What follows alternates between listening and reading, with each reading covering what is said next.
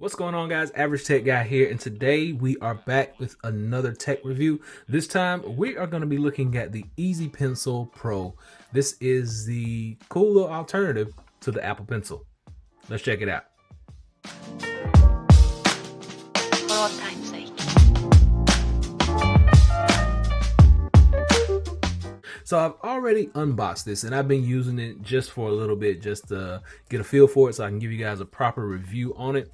Now, this is the Easy Pencil Pro. I'm going to drop a link below. But the first thing I want you to realize about this is it supports palm rejection and it does not connect through Bluetooth. So those are the two biggest features about this device right here. You don't need a Bluetooth connection, and you're going to get that same palm rejection that you would with the normal Apple Pencil. Another big selling point of this device right here is only going to cost you about 40 bucks, and the original Apple Pencil costs you 120 bucks. Now, let's go ahead and get the differences out of the way, because Apple Pencil, of course, has more features because you can tap on it and it gives you the pressure sensitivity that everybody likes. So mainly for artists and people who really are into the Apple Pencil, the pressure sensitivity thing is going to be an issue. So what I mean by the pressure sensitivity portion is when you come in here, you're going to choose this and choose, let's see. Okay, that's my width, whatever. I'm just going to start by lightly drawing, but then bear down and the line gets kind of thicker. Now, if you can start out really thick, or you can start out light and just get thick. So pressure sensitivity is really the biggest selling point for this. And like I said, mainly that is going to be for artists and people who are really into the Apple Pencil. Now, as far as this one goes though, just a little real estate first. You have USB Type-C charging. It comes with a USB Type-C adapter in there, and the power on and off is right up top. So you just tap that and you get that blue LED. You tap it again, it goes off. If you don't use this, if it's idle for about 5 minutes, it's going to turn off on its own.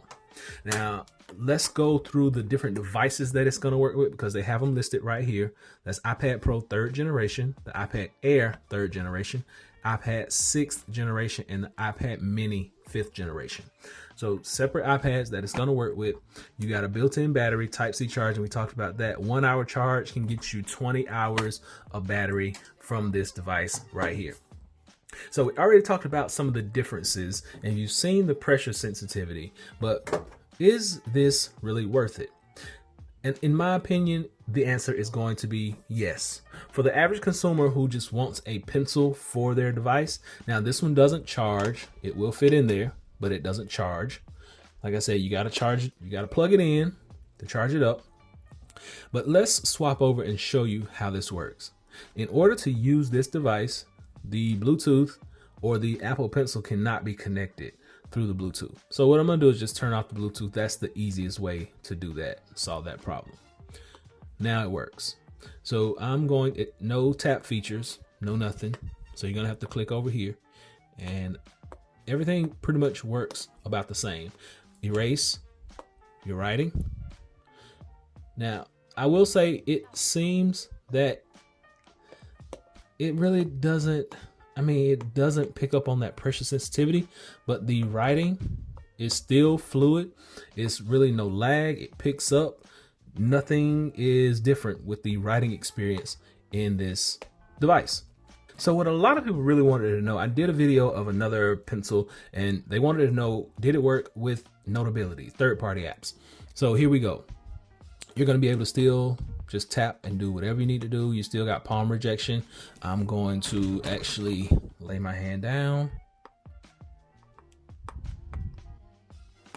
Lay my hand down, and that's all it's picking up is what I'm writing with this pencil. Nothing really is hindered. Everything works. Everything looks good. Still fluid, still nice. It's still a great device for you to use with these different third-party type apps. That basically you're gonna have to just go in and try these out for yourself. Everything really feels fluid. It looks good. Writing is on point. As you're writing, it flows. Everything is good with this device. So you got a cheaper price. You have USB Type-C connectivity. You have a auto on off after 5 minutes. You have a tap to turn on and tap to turn off. You have LED light indicator. You got a pencil point that basically senses pressure. It actually goes in and out as you press it. So as I press down, see, you can see it better here. As I press down, the actual pen tip itself goes in, and it gives you the feel that you're actually moving or writing on something. So I kind of like that feature. And the price point is $40. It's way cheaper than the Apple Pencil. So if you really need a pencil and you don't want to spend the $120 and you don't worry about the pressure sensitivity feature on this, this is going to be a great buy for you to pick up. So I'll be sure and drop that link below so you can check this out for yourself. But until next time, be sure and give me that thumbs up. Please subscribe. Average Tech Guy out. Peace.